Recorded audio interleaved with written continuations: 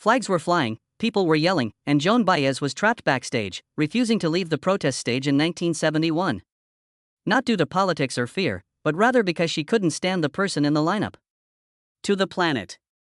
Joan Baez, the queen of protesters, was composed, unflappable, and calm. Beneath that elegant exterior, however, was a tempest of treachery, silence, and unhealed scars. After years of silence, she now names them 5 scars, 5 artists, and each name opens a door she had previously kept closed. The first name she was brave enough to say out loud? As though she had never been in the chorus, the person who broke her heart went on to rewrite history. Bob Dylan was the one who struck the match. It began with love and concluded with quiet that was more incisive than any song's lyrics. Joan Baez and Bob Dylan weren't merely popular people in the early 60s. They served as protest companions, musical soulmates, and the beating heart of a movement. When few recognized his name, she gave him her audience, hauled him onto stages, and opened doors for him. She took his poems at face value. However, as Dylan's popularity skyrocketed, something changed. Behind closed hotel doors and dark shades, the man who had previously whispered lines in her ear started to disappear. He stopped caring and phoning by 1965. He did not include her name on the bill for the full world tour he scheduled. Just absence, no warning, no explanation. The folk world was shocked when the Newport folk guitar appeared. However, what shocked Joan the most was that he broke their connection. He ridiculed her causes and disregarded her politics. As she watched the boy she had known turn into a myth in before of her eyes, her heart ached silently. He would make jokes in interviews years later, as though their past were merely a curious anecdote. She didn't ever laugh. Because Dylan was a monument of treachery to her, not just a lost love. He proved that revolutionaries might sell out, too. Poets could become frigid, too. What about that wound? It was more than just pain. Like an incomplete verse, it reverberated. Dylan wasn't alone, though, in turning friendship into something more sinister.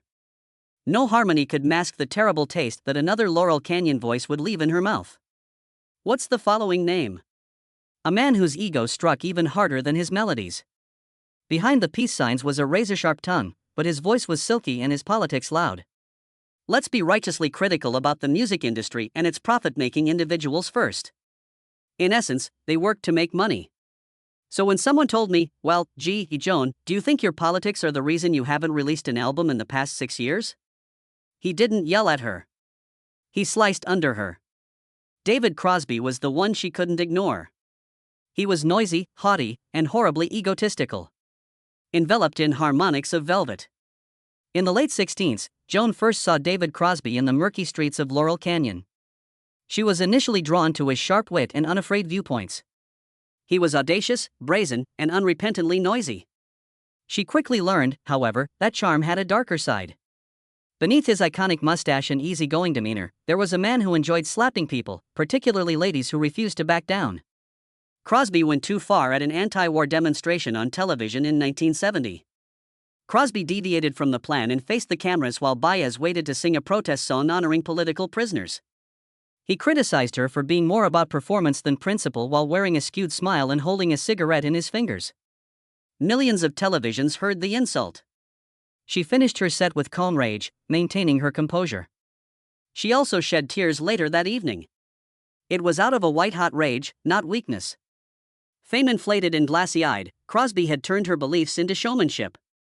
He began to represent a perilous form of duplicity to Joan, a man who clad himself in peace signs yet used his ego as a weapon.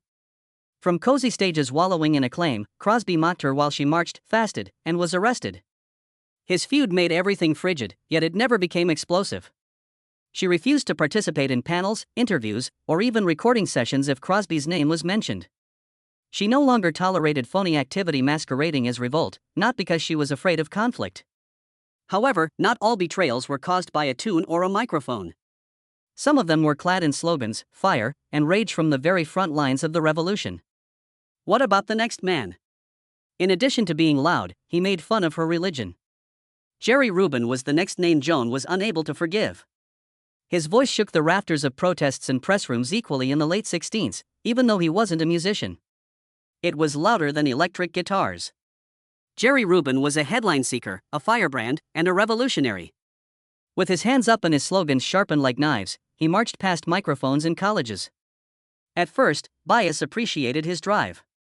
He was audacious, forward-thinking, and possibly a touch dangerous. And that pleased her.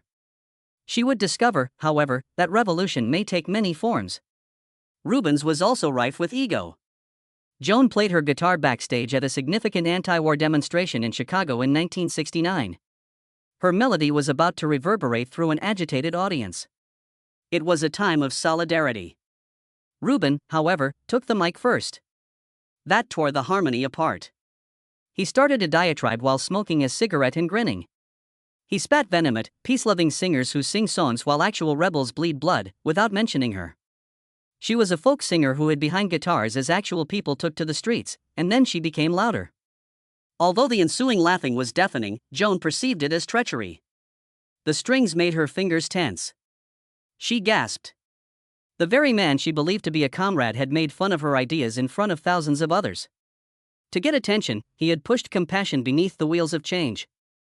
Still, she gave a performance, composed, unflinching.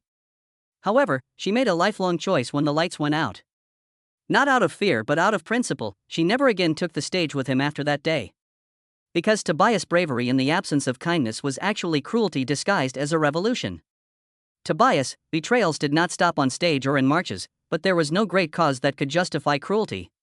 Some of the most profound cuts occurred in the studio, as quiet, control, and condescension were used to test trust rather than words. Paul Simon was the next name she listed. When Joan Baez and Paul Simon tried to work together in his studio in 1978, what should have been a potent meeting of two luminaries fell apart in a matter of hours. They were brilliant, aloof, contemptuous, and memorable for all the wrong reasons. Simon commanded the room like a patient conductor from the first take. The worst part was that he recommended Joan switch the words of a song she had composed following a personal tragedy, interrupted her mid-note, and revised her phrasing with clipped precision. The studio's air grew heavier. She struggled to maintain her position by clenching her jaw. However, every proposal she made was greeted with a passive-aggressive smile, an eye roll, or a sigh. By the third song, it was war in whispers rather than melody. With her head held high and her voice shaking, she left. He didn't stop her. He remained silent. She had stood up to political titans and sung with civil rights leaders, so she never expected to be made to feel tiny by another musician. She confessed in A Friend years later. Paul Simon was the one who made me feel invisible, even though I performed on stages alongside other murderers of conscience. Seldom did their paths cross again, and when they did, she made sure it was very briefly. Simon represented to Baez a particular type of icy genius, the kind that creates walls rather than bridges. The most terrifying quiet of all, though, may have come from a woman, a female legend, a peer who was just far enough away to be a competition and just close enough to be a mirror. Joni Mitchell's name. 2 icons, 2 women, and 2 guitars. And there was an imperceptible barrier between them that no song could cross. The public believed that they were meant to be sisters in protest, comrades, and folk queens. However, the truth was very cold from the start. It was a quiet catastrophe when they first met backstage in 1968. Joni hardly looked up from her drink as she nodded coldly in response to the warm hand that Joni extended. At one point, Mitchell said Baez's voice lacked soul and was churchy. Although Baez didn't recoil in public, the wound was severe. She wrote in her secret journal that Joni was glacial but elegant, like frost in a silk robe. The war carried a weight that flowed slowly, like fog spreading across the stage, and what came next was not explosive but rather icier and more eerie. They looked away as soon as the shutters snapped, smiled when cameras flashed, denied each other's invites, and quietly left tributes. It was mutual erasure, not hatred. It was anguish for the fans. A generation was shaped by 2 voices. An unseen feud that keeps them apart forever. It became into a line that Baez would never again cross. Yes, she admired Joni's songwriting and respected her intellect, but she could never stand the snobbery that followed her every remark like pricey perfume. Their conflict turned into a very real, unsaid, and unsolved folktale. Even though her set lists may never include these 5 names, they helped to create the legend's creator. Screams are not Joan Baez's style. She didn't have to. 1,000 headlines could never express what she didn't say.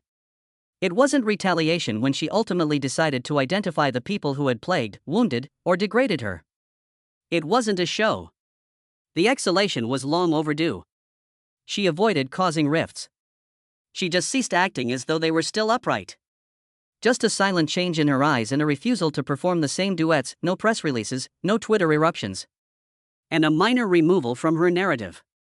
While some musicians use guitars to settle scores, Joan handled hers gracefully. However, grace does not imply forgetfulness. And she continues to be who she always was, unflinching, unyielding, and distinctly Joan, in that silent defiance, in the posture, the pause that dared to contain grief.